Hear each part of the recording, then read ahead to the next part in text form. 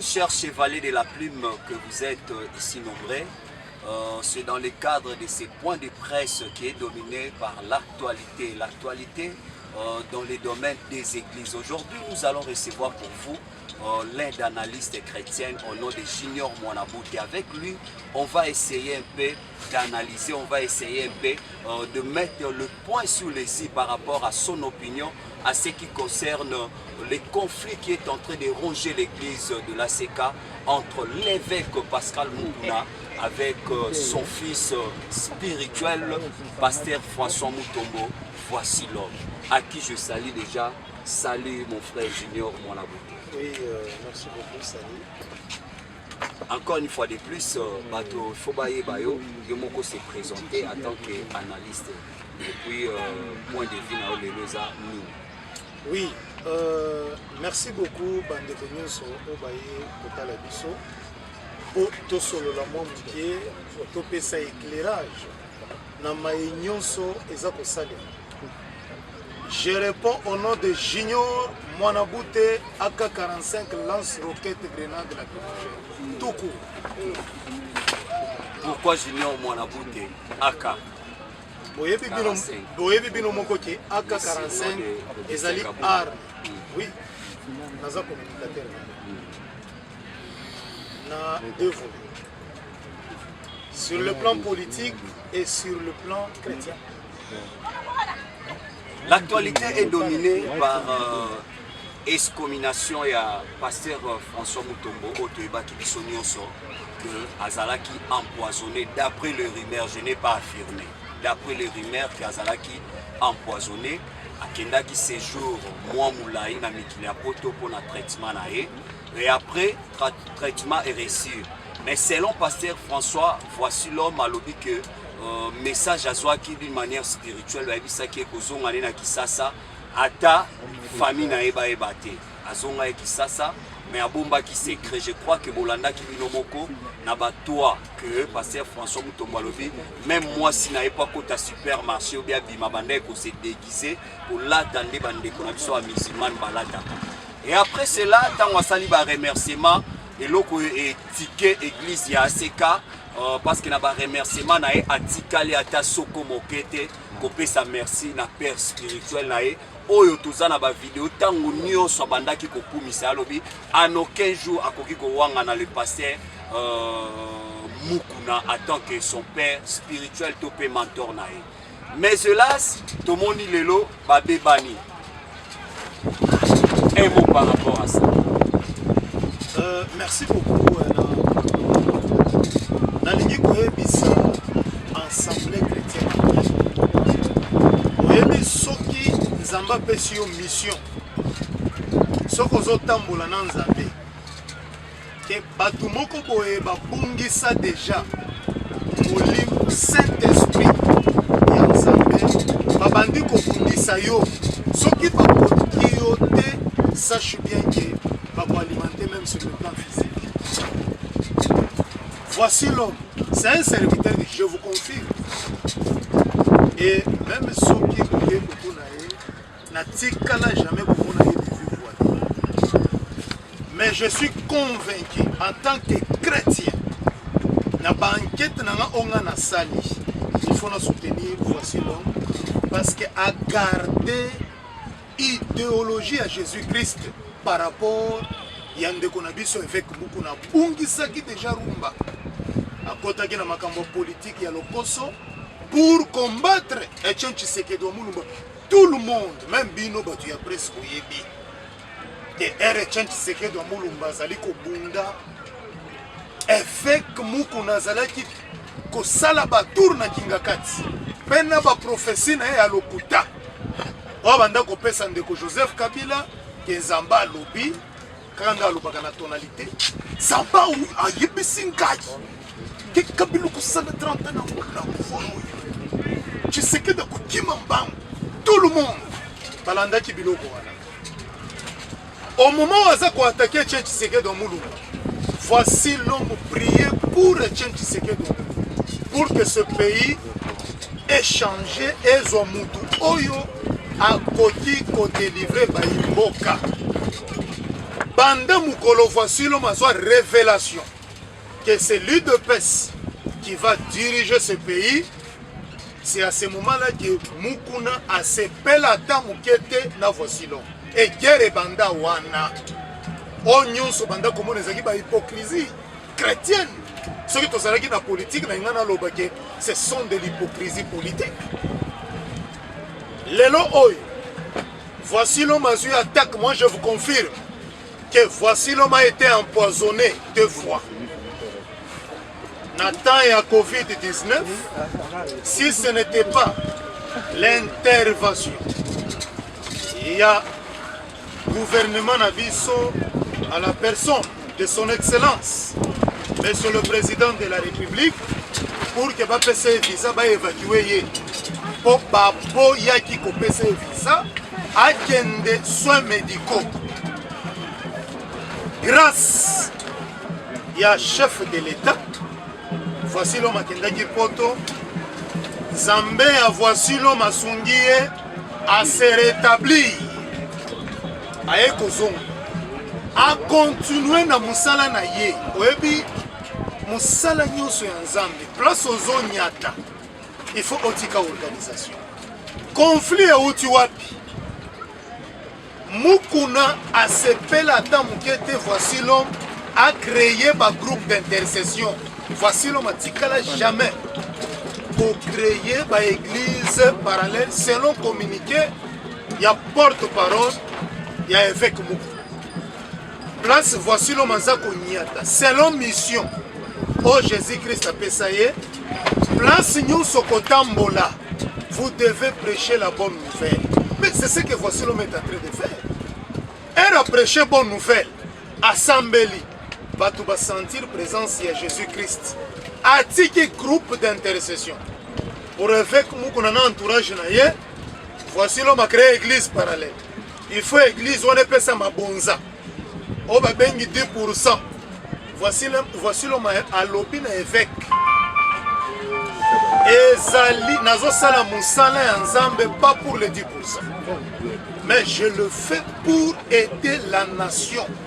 Selon la mission que moi j'ai reçue de prêcher la bonne nouvelle. À partir de là, on a bandaki kosato koleka lisusu. Yami balé.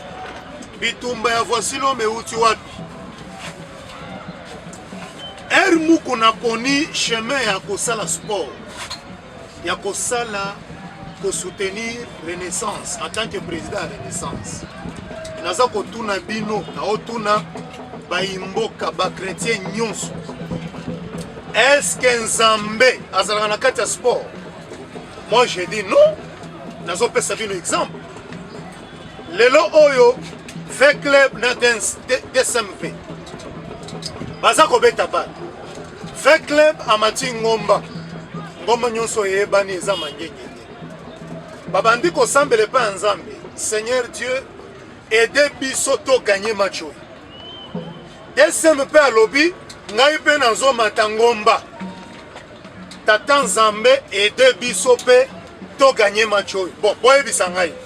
Nzamba ko pona nani? Akopona avec club ou bien akopona DSMP. Tandis que notre Dieu aponaka mutute. Il est là pour tout le monde. Ozala mutomasumu, ozala mutomasumu te. Tous nous sommes bénéficiaires ya souffle de vie. Mais Mukuna choisi ya ko créer Renaissance. Bino bongo boyebi ba équipe ezalaka na makambo Nzambe te. Les joueurs bazokende baolala na basimetière baokende koluka bakisi basala bameilleur Mukuna azolala na ngomba azosala jeune. Est-ce que le Saint-Esprit peut marcher avec les ténèbres? Je ne pense pas. Et kotika la jamais kotambola te. Voici l'homme a gardé chemin na ye. Ya kotika la toujours na mission ya kosale la tata Nzambe na bosolo. Ndeko na biso visionnaire ya ACK. Malgré eza hier banda ACK te. ye bakutaki comme azalaki agressif abotoli ye mpe na marke na ye nzambe alimbisi ye apesi ye mission alobi kende liboso mais kokende liboso wana aza toujours agressif et aujourd'hui il commence à menacer Poutine des serviteurs de Dieu. Voici l'homme. Mais eza mawa. Voici l'homme à outil soins médicaux, s'il vous plaît. Na soins médicaux na ye Zamba ebisiye sala musala na yo. A créé un groupe d'intercession na mokili mobimba bato bazo d'Angleterre, États-Unis bazoya place voici l'homme azalaki. Pour Mukuna, voici l'homme à trahir. Il a trahi en quoi? On a 10%, voici l'homme Azako Sala Moussala, pas pour l'argent. Azako Sala Moussala, selon vision, Oyo Tata Nzamba Pessi. Yangoana, Dena Ningaki na Ebi Sabino, selon Mutuna, Yande Kunabiso et Atuni, pour qu'il ait éclairé l'opinion, conflit. Attends, écoutez, je vais vous dire une chose. Balongoli, voici l'homme na ACK. Mais Mukuna a commis une grosse erreur. Nasa kotourna évêque Pascal Mukuna a répondre Ngai. Révélation à Kolongola, voici l'homme na ACK. Parce que biso manso toyebi que l'église est en Nzambe. Pour opposer acte, il faut tout en Nzambe. En tant qu'envoyé de Dieu. Atona ki tata Nzambe? Non. Yami balé. Ce qui voici l'homme abandaki ko exécuter ma union so oyo père spirituel na ye abandaki ko yebisa ye na anniversaire na ye botu na ye. Qu'est-ce que voici l'homme n'a pas fait pour nous sepelisa avec nous au moment oyo Pascal Mukuna aza ko sala makambo oyo eza na nzela ya tata Nzambe te bino moko boyebi affaire Chibo.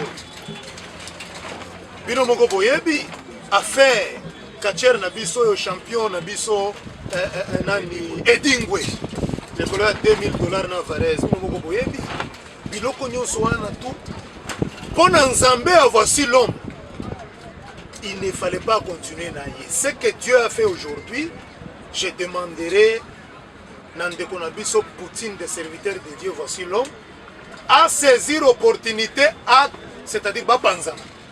Parce que l'autre a choisi le sport, l'autre a choisi le chemin de Jésus-Christ de prêcher la bonne nouvelle.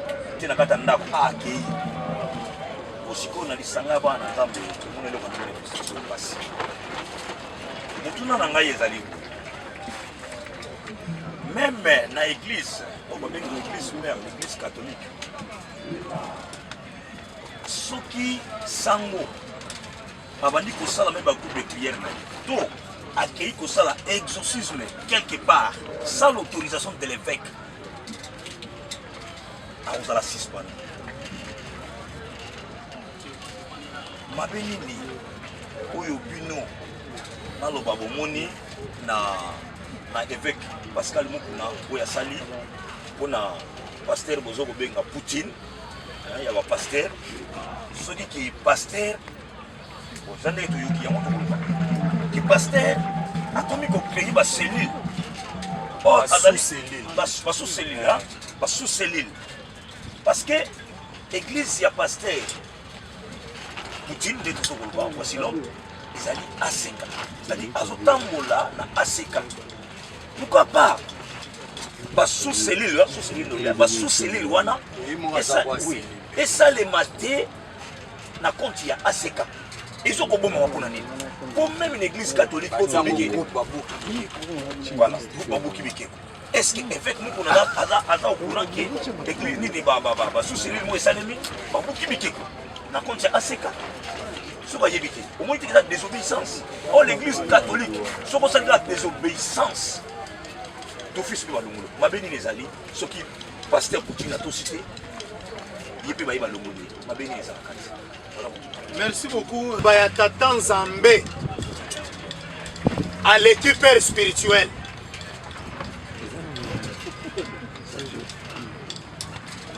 Évêque Mukuna Tchaki, voici l'homme Loboko, a évolué. Mais après ce qui est mission, Moutoye Kopé, sa voici l'homme mission. Poutine des serviteurs de Dieu, c'est le Seigneur Jésus-Christ. Allez partout dans le monde, prêcher la bonne nouvelle. Mais pour que voici l'homme a créé groupe d'intercession et débat n'a pas de difficulté spirituelle, il faut demander l'autorisation chez le père spirituel. Est-ce qu'il y a un de qui voici l'homme mission? Il y a aller partout dans le monde. Non. Voilà la différence. Problème, il y a père spirituel et ça problème autobengi. Na munoko, na bango, tchadji koumi, 10%. Mais c'est le problème de Tchadji Koumi. Bande konangai bapanzi sango. Tandis que voici l'homme, Yazakunate. Jésus-Christ marche dans l'organisation. Et voici l'homme assemblé pour la moutou. À mon présence, Yanzam. Moutouana Bengi, XY Boya. Nakutani na moutou azali en direct na Jésus-Christ. Bakomi 30-40, bande Gunanga. Il faut laisser l'organisation. Voici l'homme atiki kaka organisation. Pas créer sous cellule ou quoi que ce soit. Non. Mais un rappel sa rapport na ye et pas ya père spirituel. Aebi sakaye nazalaki na France. Natiki 30 personnes groupe, juste groupe d'intercession. Okoyoka muko na zotu. Est au sein du rapport financier Tchadjikou. Bon, voici l'homme à répondre. Non, non. Nous devons d'abord prêcher la bonne nouvelle. C'est celle de Jésus-Christ qui nous prend en charge. Makambo ya Tchadji Koumi, na kopesa yo rapport na Congo na ACK Kalembelembe. Mais na ba groupe d'intercession Batubalobi, non. Nous devons abandonner côté cadre. Nous devons abandonner les débauches. Atei bango le banzana. Soit qu'on kende kotuna ke oh bopesa Tchadji Koumi na kende kotindela évêque mukono na bandana. Papa. Non, non. Ndekonanga mission oyo voici l'homme azwa qui ezali place nyonso akonyata ifo atika elembo ya tata nzambe. Yango nanda atiki même les jalousies. On le dit que premier point ezalaki mpona mambo sport et puis mambo oyo ya président. Mais mambo ane banda kala. Pourquoi banda kala? Le pasteur François Kabwana qui directement te na mufuna. Azeli kaka moment oyo ba humilier ba comment dire ba suspendre a quitter l'église na manière de moyen moko ça très humiliant toyoka que non ba suspendre et lelo il vient crier que parce que le président parce que le pasteur a défendu qui président il a défendu azali qui opposant il a président il a soutenu qui président to eza parce que il est azo sala mamba sport ou eza allié na mamba kisi. Pourquoi depuis longtemps? Parce que Mamba Sport est banni de l'autre. Pasteur Mukuna depuis Kalazala, bien oublié pas qui pasteur Wana. A vu que le pasteur Mukuna représente le comment on appelle ça? Le fibo. Et les lots, le renaissance. Et les lots, il y a des mal au bac non, ils ont qui Mamba Sport, ils ont Mamba qui c'est eux qui parce que il y a Bakanga qui est pour la Mamba présidence. Deuxième point dans mon pasteur François Azako Mibenga Poutine. Et ça parce qu'ils ont reconnaître que l'eau ils ont envié ça a été parce que Poutine bisous nous savons que Poutine a envié Ukraine a linga boto là dans temps ils ont mis bien à Poutine c'est qu'ils ont s'accuser déjà de quelque chose oh yemo a conscient qu'ils ont ça là nazoko répondre d'abord na mutuno na liboso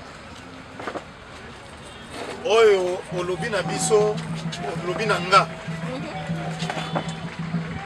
pourquoi pas bandakala voici l'homme à Kitaki évêque.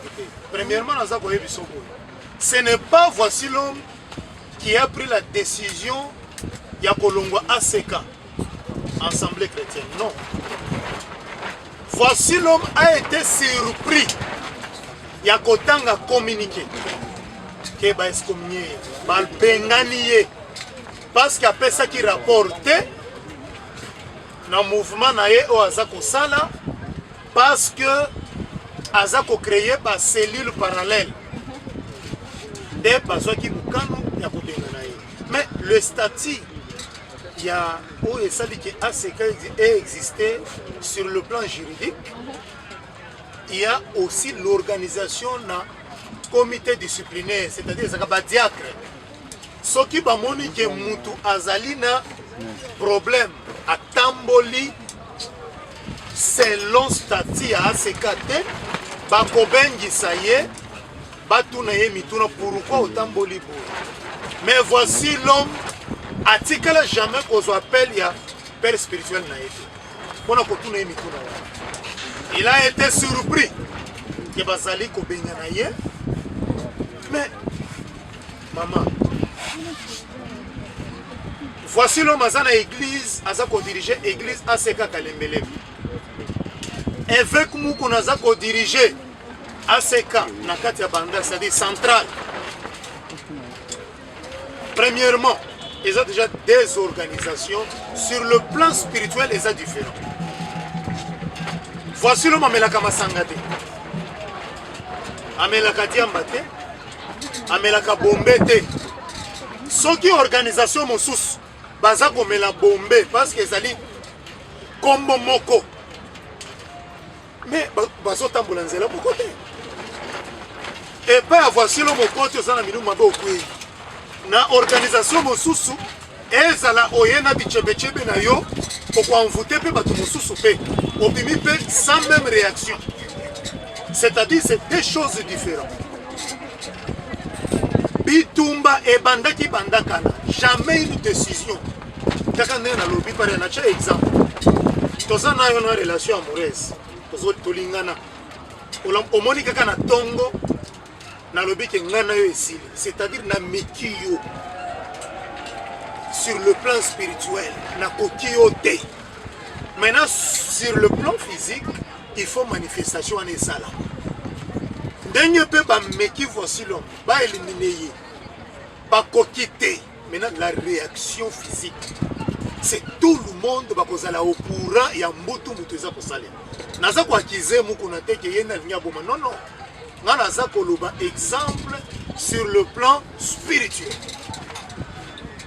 Ami Bengi Poutine, des serviteurs de Dieu, pourquoi? Est-ce qu'on y a vu déjà qu'il y a d'autres serviteurs, il y a ACK? On dit qu'on rejoindre, voici l'homme. Ben Bazala qui déjà révélé, Bandakala, que voici l'homme, mon serviteur, qui a reçu le mandat de préparer les chemins. Il y a paradis, la bénédiction. C'est lui qui a la clé de bénédiction, même pour ce pays. C'est voici l'homme. Maintenant, yo, moto ya seli le songolo, oyo kanzamba lobi boy. Ngana kolanda sport, na kolanda renaissance. Pona kende na life. Jamais. Na kolanda oyo azana mission de Jésus-Christ pour délivrer le peuple. C'est ainsi que moni ACK Lubumbashi balobi niet. Moi j'ai reçu la mission ya ko suivre serviteur ya Nzambe voici l'homme.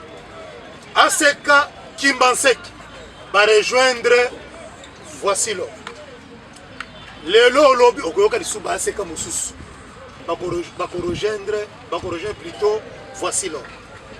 C'est ainsi que Ngaïne n'a pas si voici l'homme Poutine des serviteurs de Dieu.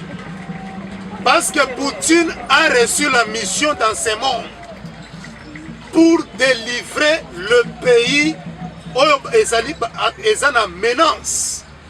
Il y a des dictateurs, il y a des mafieux internationaux. Au Bazali, Kotungisa, Africain. Poutine a un mandouki. Oyo Nzambe ye moko ayebisaki ye sala boye sala pona ko détruire. Et je vous informe, ezaki na virus moko oyo banda ko se préparer, oyo ba mindele la communauté internationale. Ba préparaki laboratoire ezaki na Ukraine. Ba pays occidentaux balingi ke mobali na mobali ba balana. oyo eza interdit epai ya tata nzambe moto akela mabele na loni eza Poutine. Poutine aza na mission ya tata nzambe. C'est ainsi que voici l'homme comme aza kobundisa ba laboratoire diabolique pe a bombardé yango pe Poutine voici l'homme aza na ba hypersonique. C'est ainsi que na surnommé ye Poutine des serviteurs de Dieu. Donc na mituna na yo mais maman, la Bible dit chaque chose à son temps. Et la Bible dit chaque chose à son temps. Et ça temps maintenant, il y a Poutine à Panza. Merci beaucoup. Nous poursuivons avec la série de questions par rapport à l'actualité. Tozo tapé moi bémol. Pour na ko ebisa ndeko junior to moni pe vidéo et tamboli ya pasteur Mususu Adimi pasteur Baraka Mogisho a sali vidéo azo réclamé $20,000 na ya lobi pasteur voici l'homme a escroqué na affaire ya fréquence ya chaîne ya TNT. Je crois que vous allez aussi marteler sur ça parce que vous avez mieux placé.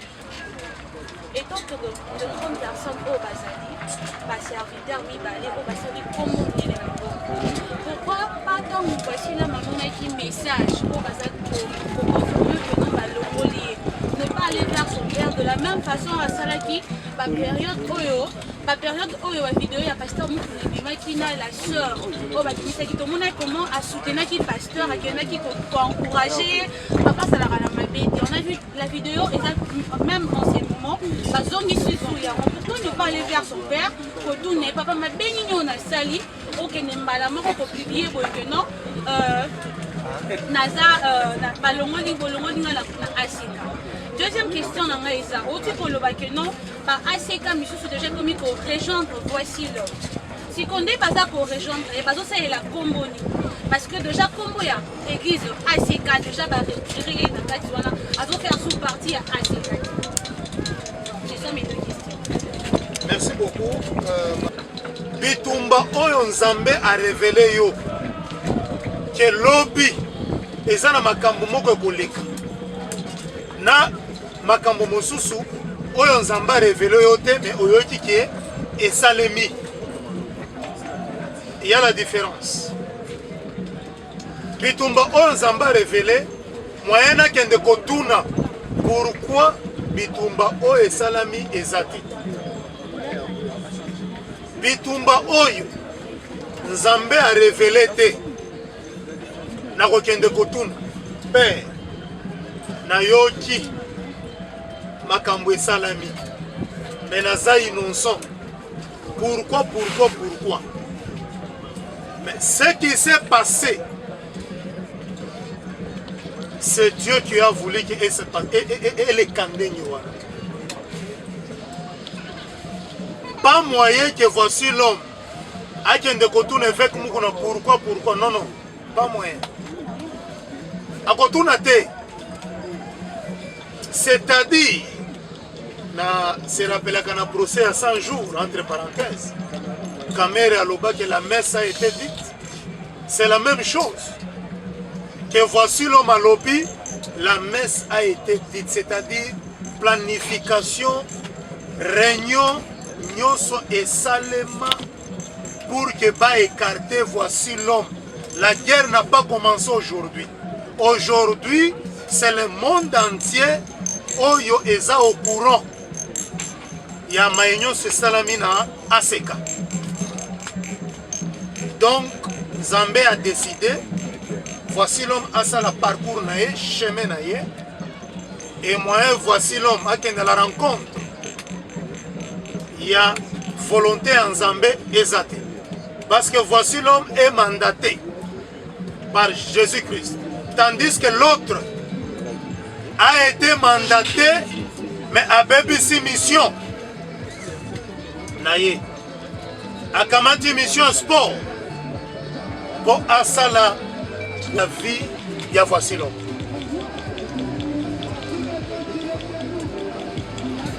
Évêque Moukouna appelle ça qui voici l'homme combo, mission, statut, que okosalela na combo ya ACK. Mais Nzambe appelle ça qui voici l'homme, la mission de prêcher la bonne nouvelle. C'est ainsi que l'église, Oyo ezali ko respecter volonté à Jésus-Christ, ba kozwa révélation, ba rejoindre voici l'homme. Et les dimanches, je vous assure, je suis convaincu que dimanche ngana bino tokozalana ACK Kalembelembe Oyo esui révélation mosusu et vous serez surpris. Na kombo Jésus-Christ a coupé sa voici l'homme. Bino nde beaucoup publié en le dimanche. Je me réserve encore parce que je ne suis pas au courant de ce que Dieu est en train de parler avec voici l'homme. Mais vous serez surpris le dimanche. Donc, par l'église Oyo, Ekobanda Kosalela, vrai combo à partir de ce lundi. Voilà, madame Mariam, Namituna Nyonso Oyo Otuningayo. Mission recommandée par Dieu, notre Seigneur Jésus-Christ de Nazareth. Tozali ko bouleverser ba chrétien ya ACKT.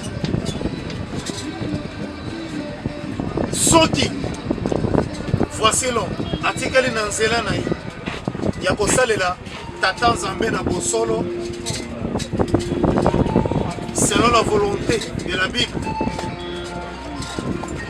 ACK mosusu etikali na makambo ya sport na makambo mosusu, mais toko marché zela mokota koliki to marché zela mokonde ngeni.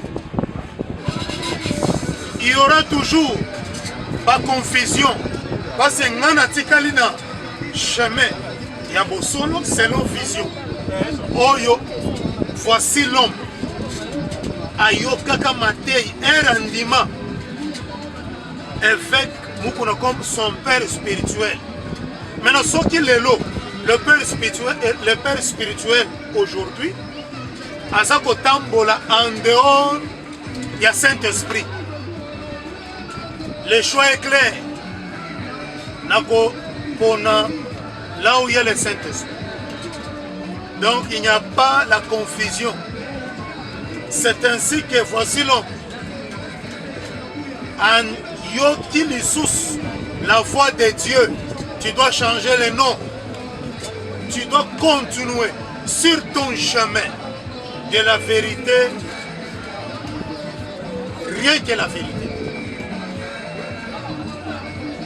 Et je vous confirme encore qu'il n'y a pas de confusion entre voici l'homme ou intérêt moko entre voici l'homme et évêque Moukouna. Non. Là, il faut poser la question à évêque Moukouna. Pourquoi à Kamati décision Yako Bengana voici l'homme na ACK. C'est maintenant évêque Moukouna qui doit motiver sa décision. Alors qui s'appelle ma preuve, où voici l'homme a créé une cellule parallèle contre la vision de la sécurité.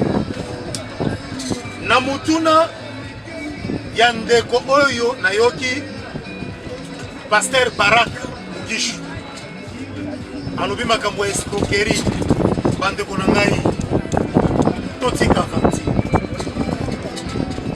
totika escroquerie spirituelle. Voici l'homme n'a jamais reçu 20 000 $ de la part ya Mugisho Baraka. On a toujours prisonnier politique na kati ya Brazzaville pour avoir escroqué un chrétien na Congo Brazzaville où il a été arrêté. Tout le monde connaît l'histoire. Quand toi tu escroques les enfants de Dieu avec des faux prophéties, de faux miracles, ce n'est pas tout le monde qui peut le faire. Je vais vous relater l'histoire vraie. Voici l'homme Azalaki na 3 fréquences. asalelaka 2 fréquences, télévision na radio. J'ai les documents ici. Je crois que beaucoup de ça, beaucoup filmé en beaucoup. Depuis le 8 janvier 2007, que Voici l'homme a commencé les démarches pour créer ma chaîne. Comme ça, il y a 2 fréquences. Fréquence moko asale la kangote. De konabiso Mogisho Baraka akeipe a créé chaîne naïe. Batu ya ministère, bapesi ye conseil. Comme voici l'homme azalaka na chaîne moko asale la kangote. Kende kokutana na ye. Solola na ye. Apesa yo fréquence wana. O utiliser. Wana na ministère. Parce que les serviteurs de Dieu, tout comme na kote ke la yo, tout comme na kote pesa gratuitement. Mogisho a sali ba démarche à Sololi na voici l'homme. Et voici l'homme était très occupé. Atinde pa ya de Konabiso, Monsieur Fiston. Voici l'homme na Baraka Mogisho Batika la jamais comme on en a bouillé. S'il y a les images, bala kisaya. Mutu oyo bamuna na boye. Ezali Monsieur Fiston. Mogisho bayokani. Voici l'homme à ABC collaborateur naïe, tout dépensant bon mobile. Après ça, il 20 000 $. Bah discuter, mon guichon le ça va. Nazo pesa ibino avance, il y a 6 000 $. Ce qui chaîne, et là ici, n'a pas complété le reste. Voici l'homme a passé un message par M. Fiston, son collaborateur. Yebisa Mogisho Baraka. Chaîne wana, fréquence wana, et ça n'a pas de problème. Il faut renforcer l'antenne. Ce qui a condiment, tout ce qui est dans l'état où ezali, après ça Mogisho andimi. Première fois à salir chèque sans provision pour comprendre l'escroquerie chrétienne. Monsieur Fiston a accueilli la banque a présenté papa Balingaki Bakangaï. Mais comment vous les serviteurs de Dieu vous êtes des escrocs des aventures? Le chèque qui a été émis par Baraka provision dans moi qui 500 $. Monsieur Fiston a béni Mogisho. Que mbongo ezali na contre na yo. Non, avec de prières, de chaînes de délivrance, j'ai oublié. A délégué Moutou. On a senga ba esquisse. Mogisho yemo kabimi c'est 6 000 $. À Pessi. C'est Monsieur Fiston. Ouais, pas même 20 000 $, s'il vous plaît. S'il y a de preuves, à la Kisayango.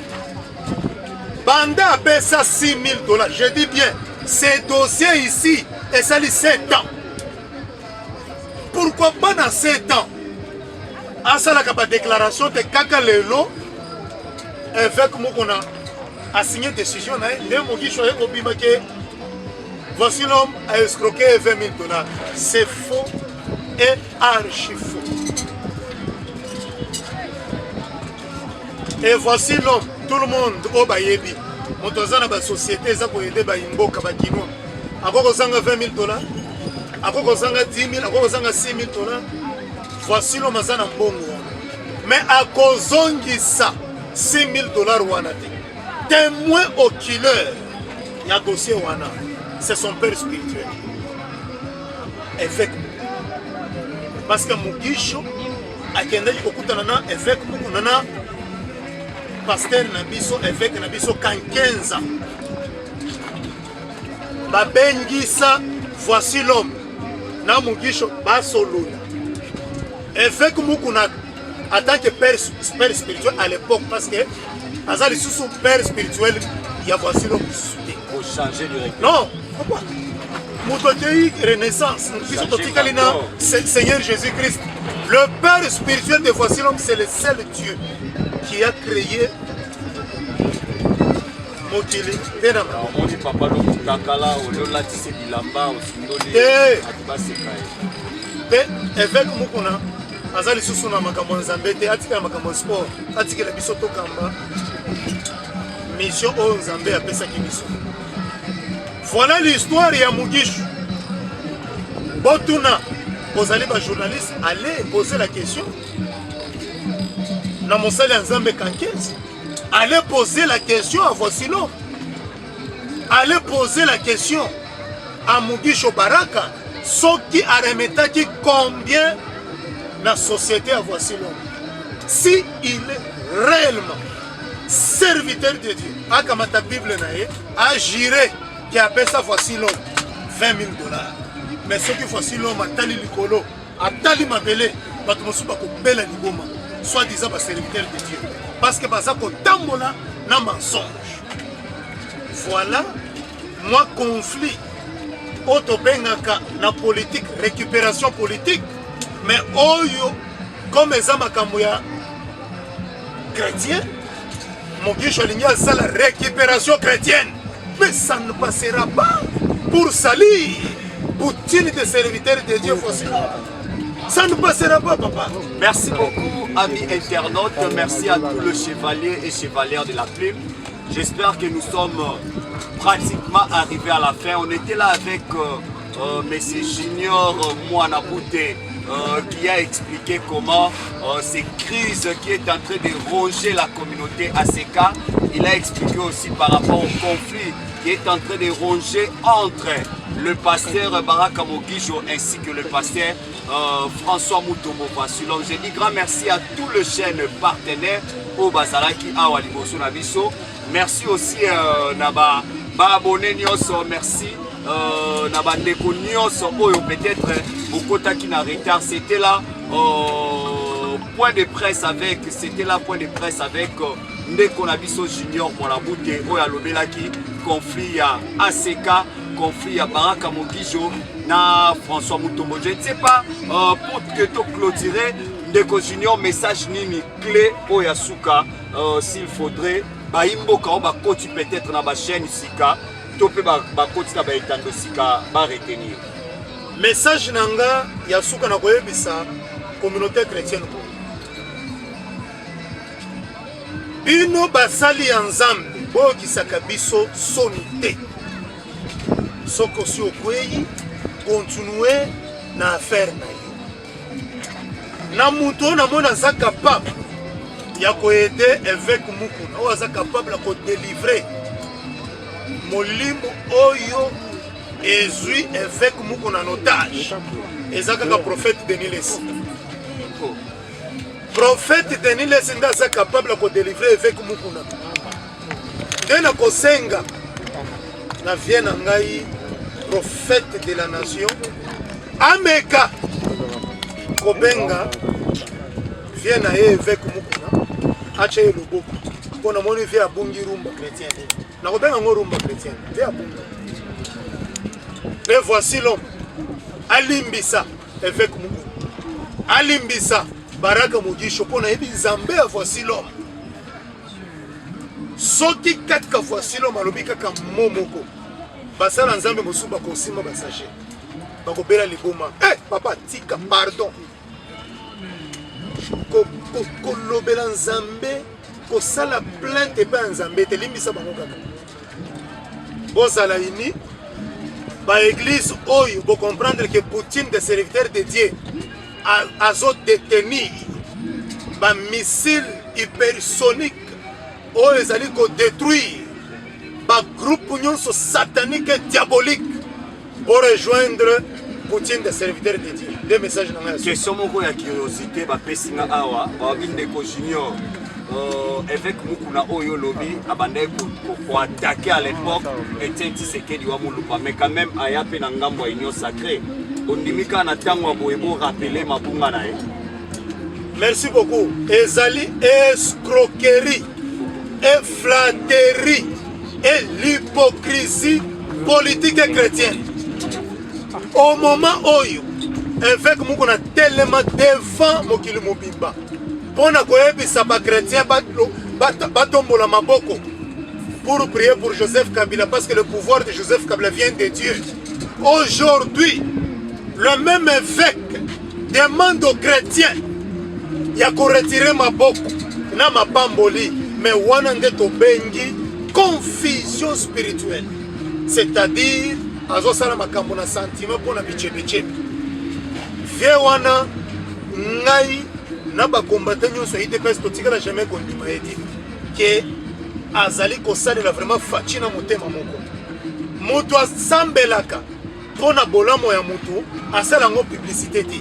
Je te confirme, voici l'homme prie beaucoup pour le président Félix et le président Félix ayebi que voici l'homme azali vrai serviteur de Dieu. Bao nyonso bazotia makelele oyo mpona mosolo faci ayebi papa faci a visionnaire oyebi naoyebisa bino eloko moko Etienne Tshisekedi na Mulumba azovoyage okende poto akoma na pied d'avion alongola linete na ye apesango faci bato tu bayebaki Tshisekedi azalaki moto barosploi et tout ça naza koyebisa bino lokuta Tshisekedi au Mulumba c'est un vrai serviteur de Dieu et aujourd'hui il est à côté de Dieu pour militer et pour sacrifier sa vie pour la démocratie dans l'état de Dieu. Jésus-Christ a dit, yaka pembeni na Mzee Laurent Désiré Kabila za pembeni ya Nzambe memba mosusu. Merci beaucoup, je me rappelle encore de cet homme, paix à son âme, le père de la démocratie, Etienne Tshisekedi wa Mulumba, qui disait tantôt que jour IDPS et Kozwaka pouvoir atteint l'issasi et Kobe Tarate puis Makile Kotangate. Chose promis et chose accomplie. Eshima, votre magazine qui bat au rythme de l'actualité. Une réponse à vos besoins en information, un éclairage dans divers domaines. Impartial, documenté, instructif. Eshima au cœur de l'info.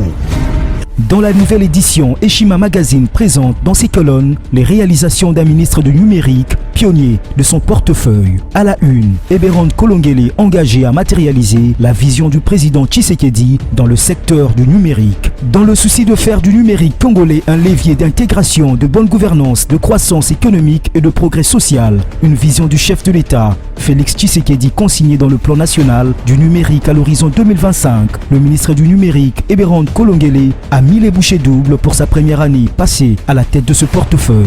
Un bilan dressé en 9 points, parmi lesquels la mise en place d'un cadre juridique du secteur dénommé Code du numérique. Dans une interview exclusive accordée à Eshima Magazine, l'ancien directeur du cabinet intérimaire du président de la République revient sur la mission principale dévolue à son ministère et comment il est arrivé à l'élaboration de la feuille de route du programme de transformation numérique de la RDC.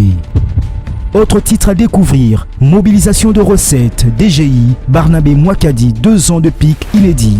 Le 16 juin 2022, le directeur général des impôts Barnabé Mouakadi Mwamba a totalisé 2 ans à la tête de la DGI. Sous sa direction, la mobilisation de recettes a atteint des pics jamais réalisés pendant les 24 derniers mois. Une courbe ascendante quasi permanente malgré le contexte difficile lié notamment à la pandémie de Covid-19. Autre performance à découvrir dans Eshima, c'est le 2 ans d'une lutte sans merci engagée par l'IGF contre le détournement des deniers publics. Découvrez un résumé des actions menées par l'équipe de Jules Alinguete et Victor Batoubenga ces 2 dernières années, conformément à la vision du président de la République, Félix-Antoine Tshisekedi. Ce qui a conduit à la réduction sensible des détournements en masse opérés par les prédateurs des finances de l'État. À lire également, élection 2023, Denis Kadima va corriger les erreurs du passé. À 1 année et demie des nouveaux scrutins en République démocratique du Congo, l'équipe de la CENI dirigée par Denis Kadima s'emploie à perfectionner les opérations électorales afin de corriger les erreurs du passé et changer l'image de cette institution. Eshima Magazine, un nouveau standard d'information.